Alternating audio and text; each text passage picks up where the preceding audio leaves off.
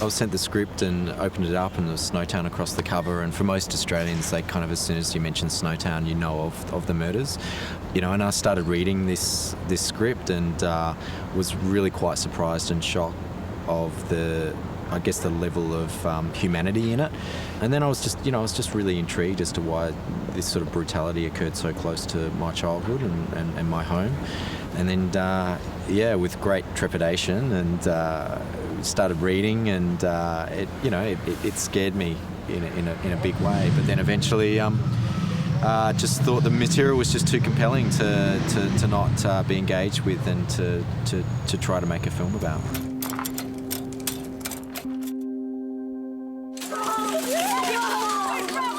I've had a gutful. Right while we're sitting here, some little kid's being touched up. What do you think about that? I don't think I should be doing that. I don't think I should be doing that, do you? And I kind of wrote a vision statement to Anna and Sarah and the producers and said, we've got to tell it from this community.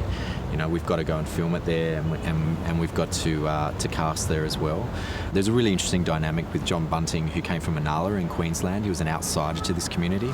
So I said, well, let's look at an outside actor from Sydney, and we'll find whoever that is and bring them into this community, and then cast the rest of the community from the place. So, it was a story that just needed to be told from the inside out. You needed to straight away believe in that world and understand the vulnerability of that place to kind of get why they found answers in this guy.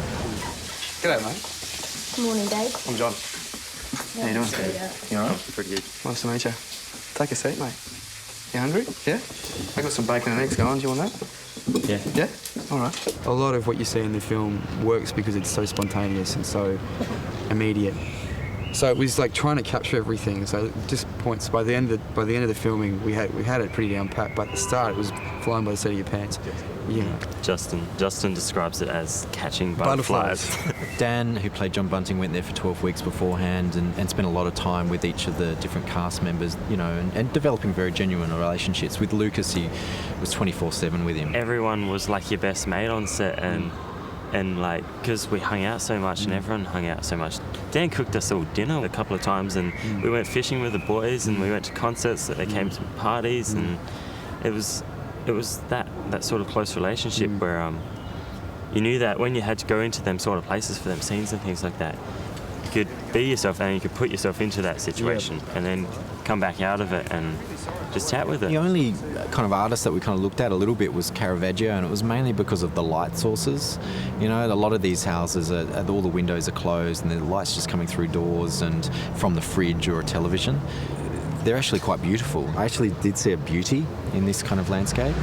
I was very, very conscious at the beginning of not kind of judging this place where you kind of go, oh, here we go, urban ghetto. And I actually think there is a kind of magic there. And and hopefully that translates in the film. This is my eldest boy, Troy. G'day, mate. I'm John. How are you?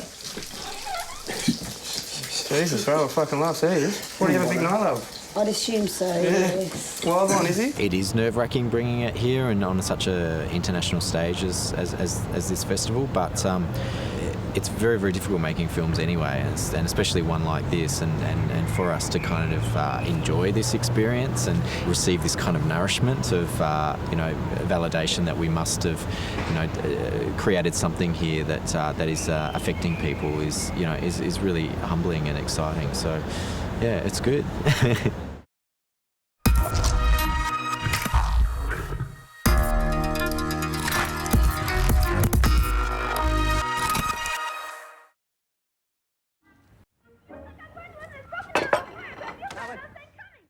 Bear is, it's a follow-up to a short film I made called Spider. It was quite popular, and people would always ask, what happened after that? What are they doing? Did they stay together? Suddenly I had an idea of what I thought might happen. And so it's Jack and his new girlfriend, and he hasn't quite learned his lesson on how to handle surprises and pranks on people.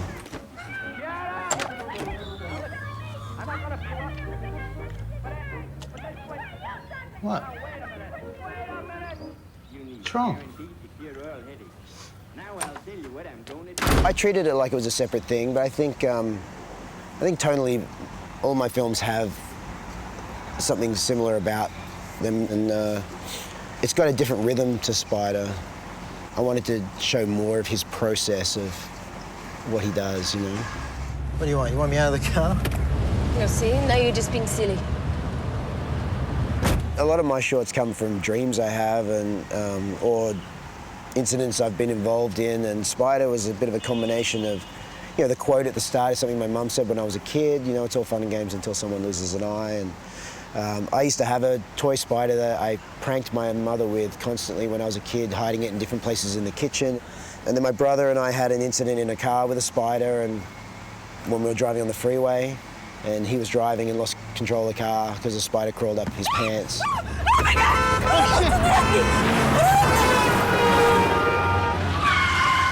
This is my first, you know, experience of having a film in here. I'm definitely having an amazing time here and getting quite a bit of attention. And I guess because they only picked 9 shorts in the competition, and they had something like 3,500 entries, so it's quite feels quite special to have gotten in.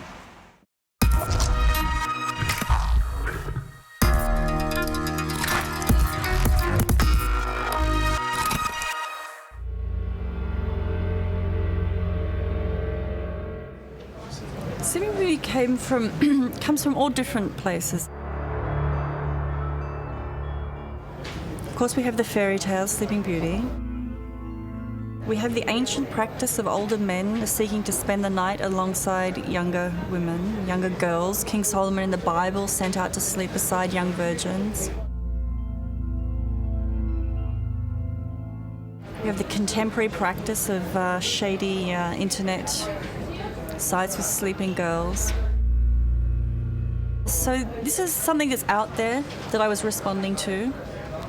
More personal connection might be that after my novel, The Hunter, was published and I kind of had a little bit of exposure, I contracted a nightmare that I was being filmed in my sleep.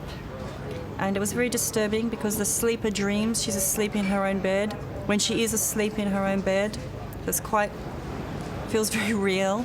And, you know, this made me think how very vulnerable in our sleep. And I think we sort of kid ourselves about how much of our lives we spend in this state of vulnerability. And so this idea of how disturbing it would be to not know what was happening to you in your sleep is something that feeds into the film. You go to sleep, you'll wake up. It'll be as if those hours never existed. You won't even dream. For an hour or two after you wake, you'll feel, yes, slightly groggy, but then fine. Perfectly fine. Not nearly as bad as a hangover. Such a sleep works wonders. I did work very hard on the mise en scène for the film.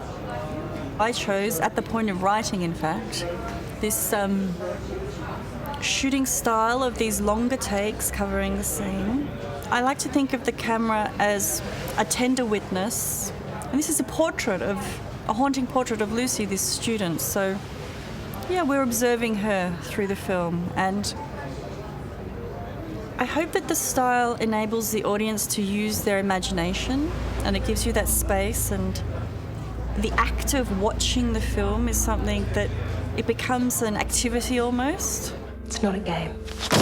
And that when you get into the chamber, we're almost complicit in a way. I mean, and so, you know, this is good for film, you know, because film is an act of watching, but also it marries with the subject matter where Lucy doesn't know when people are watching her during her sleep or what are they doing. So I think it goes together. You are very beautiful, very talented. But we're going to make you even more beautiful, even more talented.